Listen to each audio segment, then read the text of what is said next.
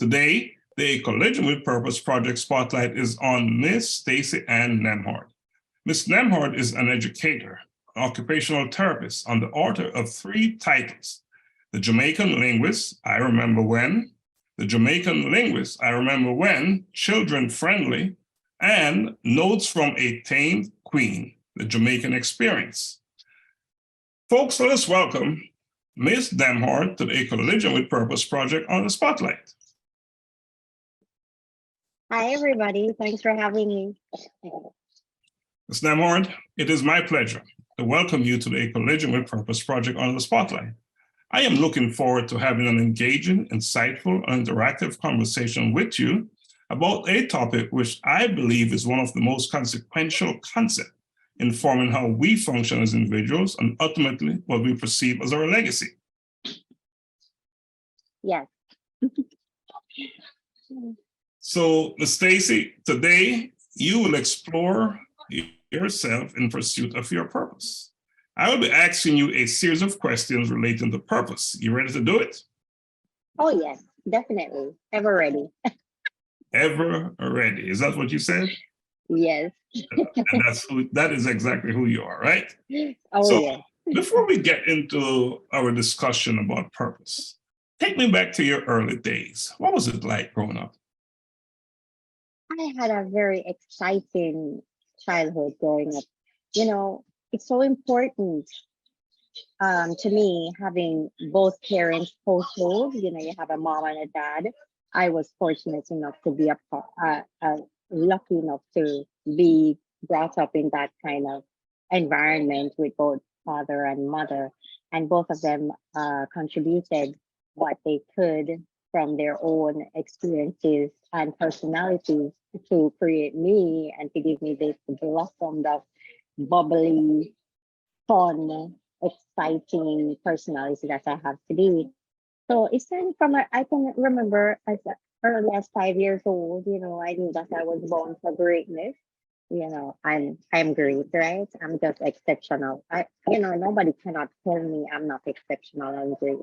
You know, and that's just a mindset that I hear for myself, to always be positive and to think highly of myself. You know, my mother loved dressing me up, and it just continued in my years to just always present myself how I want to be addressed kind of way. But from I was young, my mother, she is this fashionista, stylist, and she brought it out in us for girls and my brother too. But you know, my father was a maitre d'. My mother, she worked at a hotel as a housekeeper for a very long time. And so when we're growing up, she would ask us what we want to do, whether cook or clean, and I chose cleaning. My sister chose cooking. I chose cleaning because, you know, I just didn't want to be in the kitchen. So I chose cleaning. So I'm such a cleaner. I would wash, I would clean, I would rake yard, I would do all of that. But when it comes to cooking, it was just not my thing. My sister did choose to do that. But one day I was left home alone and there was nobody to cook any food. So I tried to create a concoction.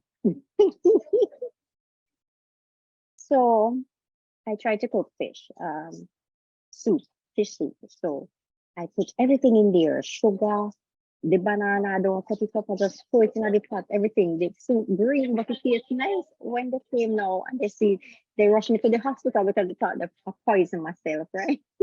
So from that day, I had to learn to cook. My father was a maitre d' at Water for 45 years. You know, during his time there, he would introduce us to the finer things in life. Every Friday they had like a get together, like you go to a hotel and they have these special nights that you go to, and you know, you would mingle with everybody. You'll see the fireworks, you'll see the limbo dancers and everything. And so at a young age, for about 7 or 8, we were being introduced, and we did it for a long time because we worked for this company for 45 years.